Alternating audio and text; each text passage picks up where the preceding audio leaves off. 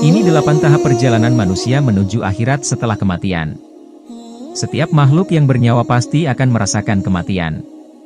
Begitulah ketentuan Allah Subhanahu wa Ta'ala dalam surah Ali Imran ayat 185. Dalam ayat lain Allah juga berfirman, "Di mana saja kamu berada, kematian akan mendapatkan kamu, kendati pun kamu di dalam benteng yang tinggi lagi kokoh." Quran Surah An-Nisa 78. Kita wajib percaya bahwa kematian bukanlah akhir dari segalanya, tetapi justru awal mula kehidupan yang baru menuju akhirat. Kehidupan di dunia adalah masa di mana kita mempersiapkan diri, mengumpulkan bekal untuk melanjutkan perjalanan yang masih panjang. Berikut ini adalah tahap-tahap yang akan kita lalui setelah kematian. 1. Alam kubur, alam barzah.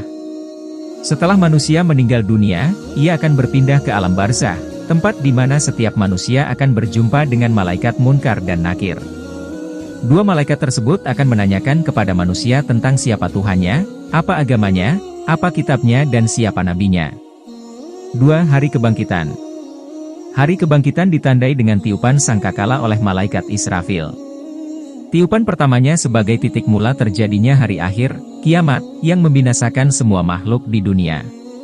Kemudian pada tiupan kedua, semua manusia tanpa terkecuali akan bangkit dari kebinasaannya dan inilah yang dinamakan hari kebangkitan.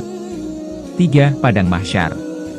Konon, Padang Mahsyar adalah tempat datar yang sangat luas di mana matahari hanya berjarak 1 jengkal dari kepala manusia.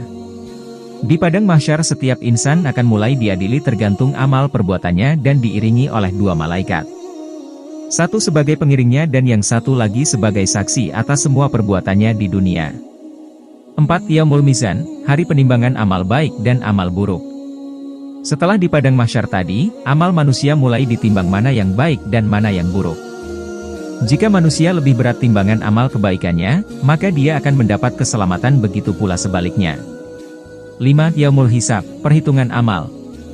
Amal perbuatan yang kita lakukan selama di dunia, kemudian akan dihitung pada saat Yaumul Hisab. Allah berfirman, "Sesungguhnya kepada Kamilah kembali mereka, kemudian sesungguhnya kewajiban Kamilah menghisap mereka."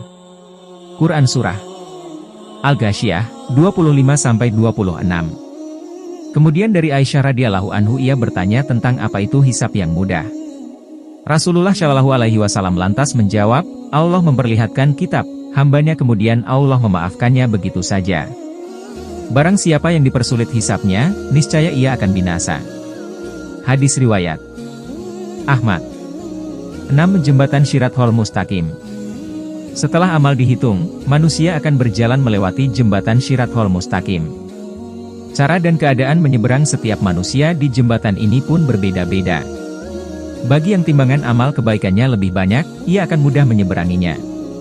Sebaliknya, bagi yang amal buruknya lebih banyak, maka jembatan ini akan berubah bak sekecil rambut yang dibagi 7 sehingga akan menyulitkannya.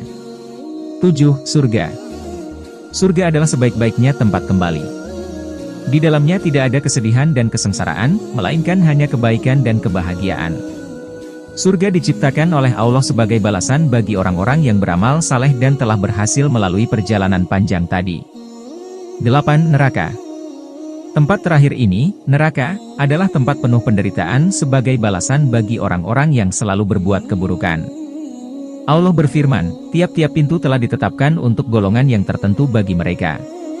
Quran Surah Al-Hijr 44.